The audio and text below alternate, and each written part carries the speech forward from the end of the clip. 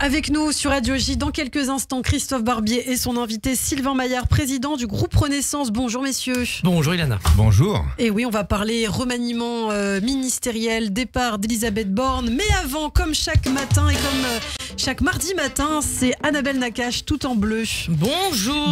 Bonjour. Aujourd'hui, on reçoit Sylvain Maillard qui fête ses 1 an. C'est mignon. Bon, en tant que président du groupe Renaissance. Hein. Happy birthday to you, Mr. President of the Renaissance. Pour bien commencer 2024, je vous souhaite une année pas trop pourrie à tous.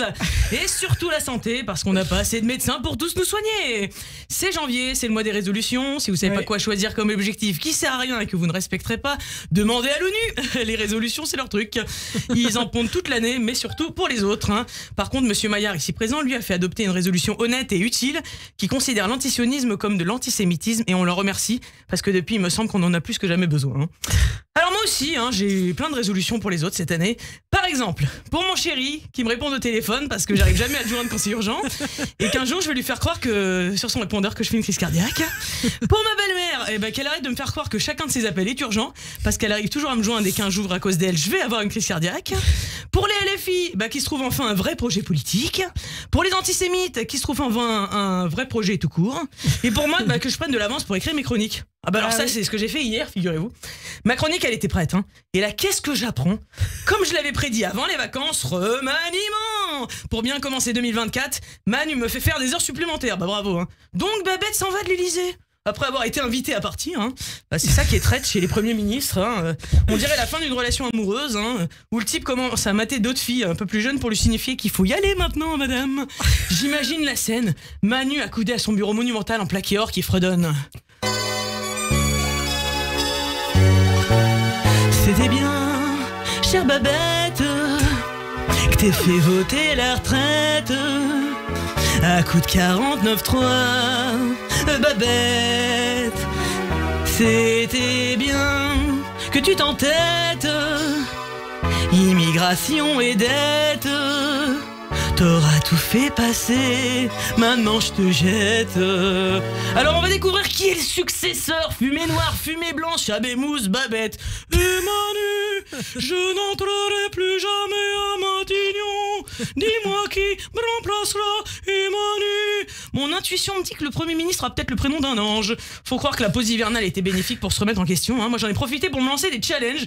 Cette année j'ai tenté une aventure extrême. J'ai fait une expédition longue durée en montagne avec mes enfants. Si vous avez jamais essayé, c'est à faire. Hein. Alors le principe, vous prenez vos enfants, vous les mettez dans une voiture avec des vivres et des moon boots et vous décidez de partir à la montagne un jour de grand départ. Du coup en termes de sensations, ça prend le même temps que si vous aviez décidé de faire le trajet en chien de traîneau, sauf que là vous remplacez les aboiements de Cro-Blanc par les cris de vos enfants, et en plus des pauses bibi, vous y ajoutez les pauses vomi, hein. Et toute la journée vous gagnez un 1, 2, 3 soleil parce que votre voiture elle bouge jamais. Alors ça donne un petit avant-goût de ce que sera un trajet Charles de Gaulle Étoile Châtelet pendant les JO cet été, hein. On a mis 12 heures au lieu de 6 à cause de tous les crétins qui s'arrêtent pour jeter un œil quand ils voient un accident. En tout cas après ce qu'ils ont vu, mes enfants ils oseront plus enlever leur ceinture. Non, je déconne, hein, ils dormaient. En tout cas, moi je remercie mes enfants, ils ont été mignons, on a passé des bons moments en famille, on a fait des batailles de air boule de neige parce qu'il n'y avait pas de neige, on s'est partagé nos chocolats chauds à 12 €, et puis en souvenir, ils se sont concertés tous les deux, ils m'ont ramené en cadeau une gastro, enfin 2 gastro du coup. Hein. Ah, les trésors, en parlant de trésors, ce week-end, ça y est, on s'est lancé dans un gros investissement, on a acheté une galette des rois en pâtisserie, à 33 € la galette pour 6, à ce niveau-là, on a investi dans 1000 € le mètre carré de pâte feuilletée, non, 2 pâtes feuilletées collées l'une contre l'autre avec de la crème dedans, d'amandes dedans, je pense qu'à 33 €, j'espère que les amandes elles viennent des îles Galapagos et qu'elles ont voyagé en première classe avant d'atterrir sur mon fessier. Bon évidemment depuis que j'ai des enfants j'ai plus jamais la fève, hein, et on en met même une deuxième pour éviter que mes enfants croient qu'on a un préféré. Et d'ailleurs c'est le sujet de la nouvelle série sulfureuse que j'ai commencé pendant les vacances. La saison 1 est top, scandale, fratrie, argent, manipulation. Non pas Game of Thrones, les Delon, c'est génial. Avec les Delon la galette des rois c'est toute l'année. Ils se battent pour savoir qui aura la plus grosse part du gâteau avec la fève dedans. Franchement ils devraient faire une comédie musicale après les 10 commandements, les 3 testaments. Bien plus qu'un père blindé aux as quand sa mémoire se fracasse. Bien plus qu'une part d'héritage, c'est les emmerdes qu'on partage. C'est à cause du blé que notre amour va éclater. Mes frères, Alors ce qui me rassure, c'est qu'avec mes enfants, ils auront rien à partager, hein, parce que moi j'ai pas du tout le même patrimoine. Allez, en attendant que le monde aille mieux et que les otages reviennent, on peut toujours rêver. Alors moi je vous souhaite les amis une année pas trop pourrie. Merci beaucoup Annabelle Nakache et tout de suite l'invité de Christophe Barbier, Sylvain Maillard, président du groupe Renaissance. Les grands débats.